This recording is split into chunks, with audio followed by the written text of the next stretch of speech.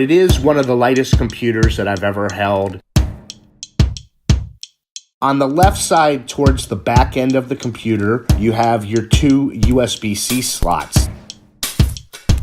Fortunately, this device has your F1 to F12 keys at the top.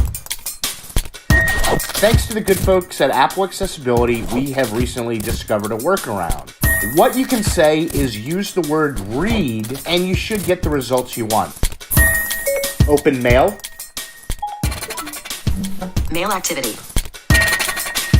We may go to CSUN, so let's see. Hey Siri, how long will it take to fly to Los Angeles, California? Okay, I found this.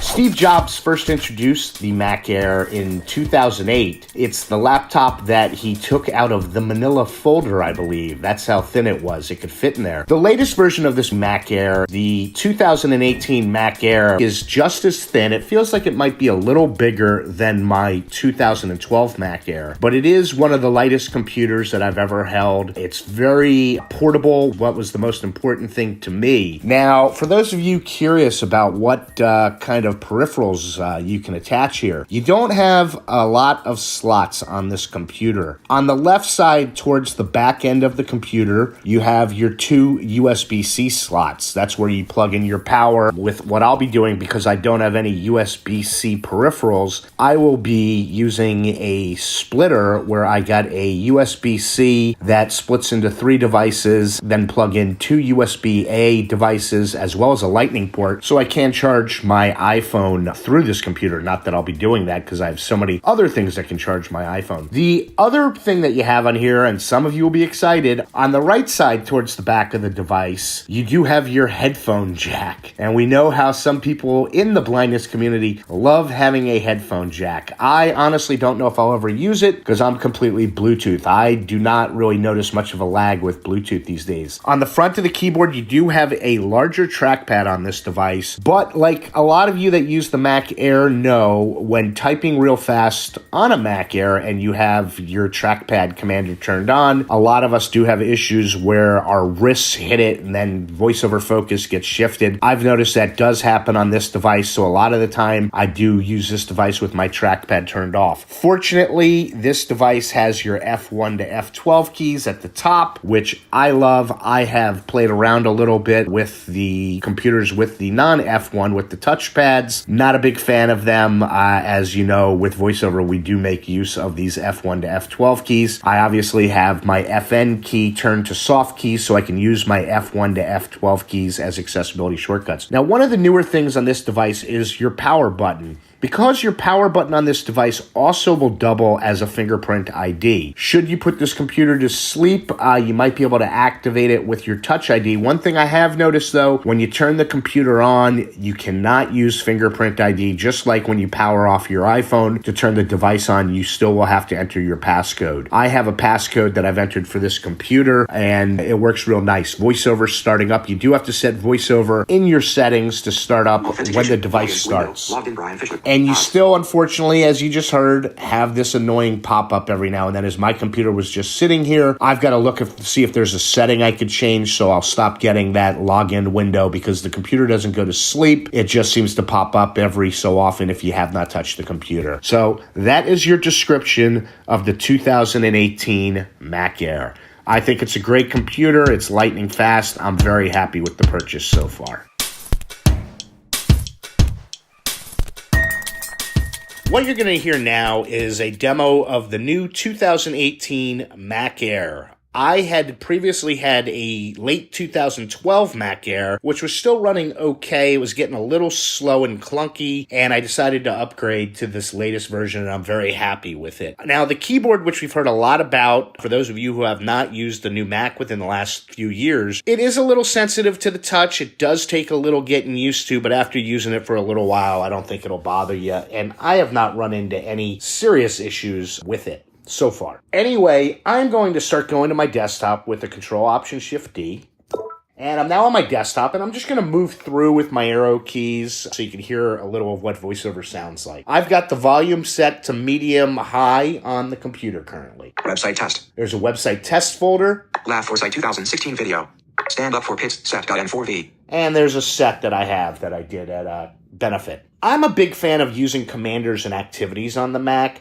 The reason I like to do so is you can really customize preferences for individual program to your liking with activities. So if this works right, I'm going to use a commander. I have both option keys set up in the letter Z to bring my mail up. And right now you've heard Alex, but listen to what happens when I pull my mail up.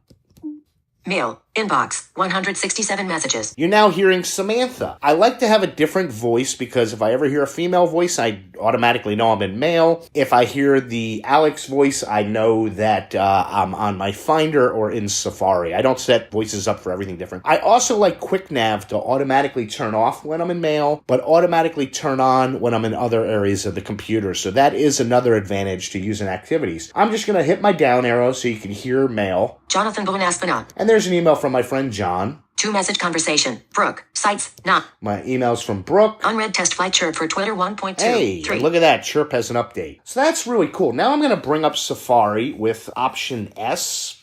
Safari, blind abilities. Google And notice search. how quick that changes. This has 16 gigs of RAM, so hopefully I'll never hear any busy messages. Hopefully none of your guide dogs just went off there. Now, I also have set up some trackpad commanders because I'm trying to get in the habit of using the trackpad more on this device. So I have a Google search page pulled up here, and I want to jump to the search result blindabilities.com, which I've already done my search. I could use my quick nav keys and arrows, but instead I'm going to hit command and use a customized command, a 2-finger flick right to jump from heading to heading.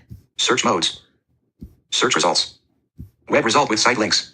Blind abilities, podcast with a blindness perspective. HTTPS. Hey, that sounds like an interesting podcast. Maybe I'll listen to it. Now I'm going to open this website, The Blind Abilities, with a 1-finger double tap. Now the one thing that does bug me about Safari and the Mac is when you open a website, I feel you should automatically be placed in the content of that website. But for some reason, Apple sometimes decides to put you in the sidebar or the toolbar. So let's find out where we end up. Press. Blind abilities, toggle high contrast. Now, it sounds like I'm in the website because I heard toggle high contrast, and I'm thinking that's something Jeff set up. So I'm going to try to do a command 2-finger flick right with my headings to see where I am.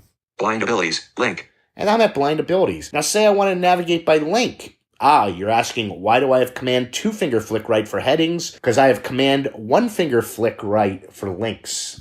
About, link. And there's your about. College, link. And I'm just holding my command key down and flicking right. And if I flick left, about, link. Once 1-finger flick left, previous link. Blind abilities. It's just a real link. simple way for me to remember how to do things. About, link. College, link. Careers, link. Apps and resources, Let's link. see some other headings, though, because Jeff did a great job designing this site. Command 2-finger flick right.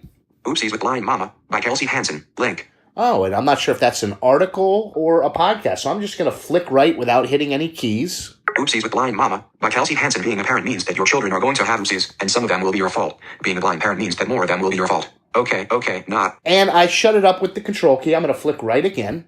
Read more about OPSIS with... And it sounds like it's an article. So now I'm going to do a command 2-finger flick right for headings. Audio describer and voice artist for Hollywood movies and TV shows. Meet Roy Samuelson, link. Now, if you have not heard this Roy Samuelson interview that Jeff conducted with the voice describer from Lethal Weapon and a ton of movies, it's worth listening to. I've actually never played around with the Blind Abilities website because, honestly, I use the podcast and the Blind Abilities iOS app for the show most of the time. But I'm going to do a 1-finger double tap on this and see what happens. Press. Audio describer and toggle high contrast. And I'm going to just flick right to see if there's a play button. Toggle font size. There's a font size. Skip to content. Link. Skip to primary site banner. Blind abilities. Link. Blind abilities. Podcast with a blindness perspective. Main navigation. About. Link. College. Link. Careers. Link. And I'm going to do a heading Careers. navigation because it sounds like I'm in the header. Audio describer and voice artist for Hollywood movies and TV shows. Meet Roy. And there's the name of the podcast. I'm going to flick right with just 1 finger. Audio player. And there's an audio player button. Flick right again. Audio player. Web application. Play.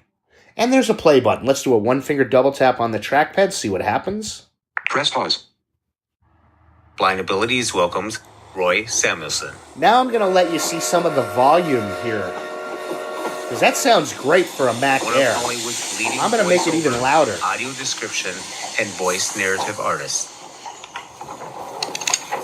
A sharp-dressed man steps from the train, pulls out a cane, and proceeds to go towards a building, including films First Man, Venom, Jurassic World, That's as loud as it goes. Spider-Man Homecoming, Jason Bourne, The Magnificent Seven, and TV shows Criminal Minds, CIS, Blue. And then I just hit the spacebar to pause. You really should check out the Blindability site. It's a fantastic site with great accessibility. Now I'm going to hit my FN and F11 key just to make volume a little lower here. And Play. so I'm making it lower. And let's see where we are volume-wise. 0037. That's a good volume. Now I'm going to go to my desktop, and I'm going to show you something really cool that you can now do on this 2018 Mac. And I do apologize. I am going to be using the S-Lady command, so hopefully I won't be setting off your devices. I'll give you a few seconds to put some earbuds in or pause your recording if you don't want to hear this part and have your device go off. Do-do-do-do-do-do-do. Okay, we're back. Hey, Siri, what's the weather? Here's the forecast for today. And it doesn't read it to me. What's the point? Now, if I control Option right arrow, let's see if it reads it to me. Talk to Siri. Nope. Help. Conversation. Interact with the conversation. In conversation. Okay, here's the weather for today. Weather. Hey Siri, what's the weather? Insert weather. Okay, here's the weather for today. Hey Siri, what's the weather? Insertion. And as you can see, the conversation's here, but the results aren't. Thanks to the good folks at Apple Accessibility, we have recently discovered a workaround. What you can say is use the word read, and you should get the results you want. Hey Siri, read me the weather. It's currently clear and 39 degrees in New York. Temperatures are heading down from 39 degrees this afternoon to 33 tonight. And there you go. You don't have to press any keys, scroll with any area to interact, and you get Siri reading you what you need to know. So if you're trying to ask Siri a question and it's not giving you the information fully, reading it to you, try asking the question with the word read in it. But let's try something else. Hey Siri, open mail. Mail. Inbox. 167 And that's messages. pretty cool. 34 unread. Window. It brought mail up. Unread. Hey Siri, when did the New York Giants play? The Giants face the Redskins on Sunday at 1 p.m. Hey Siri, play Eric Clapton in iTunes. I can't play movies for you. That's My great. apologies. Because Eric Clapton is music. One more thing I want to see if it can do. Hey Siri, open iTunes. iTunes, window, grid. So it is pretty good sometimes at opening programs. Hey Siri, open Safari. Safari, audio describe. And that's pretty quick. Hey Siri, open FaceTime. So FaceTime is launched in the background. Hey Siri, open Mail. Mail activity. And it's back to mail. So using Hey Siri might be useful in quickly bringing up programs. Hey Siri, open my Documents folder. Here's that folder. Okay, but let's... Finder. Documents. Window. Icon view. And that's pretty cool. So it does work in some areas, and I think this is something that will get a little better. It's pretty cool. You know, it's pretty quick. It's pretty responsive. Just sometimes it doesn't read you all the information you may want, and sometimes it doesn't exactly place you voice over focus where you might want it to be focused. But if you're not great at navigating the Mac, at least this is an option. Hey Siri, how far is St. Paul, Minnesota? It looks like D Street Mendota is about 1,016 miles away as the crow flies. I don't even think it got St. Paul correct, so Jeff, we're not going to come see you, but we may go to CSUN, so let's see. Hey Siri, how long will it take to fly to Los Angeles, California? Okay, I found this. And again, it's not reading it to me. So anyway, I think we've run you through enough of the Siri here. Hopefully you can make a decision on your own. If you have any questions about the Mac Air, you can email us in at thatblindtechshow@gmail.com, and hopefully we'll be able to answer it for you.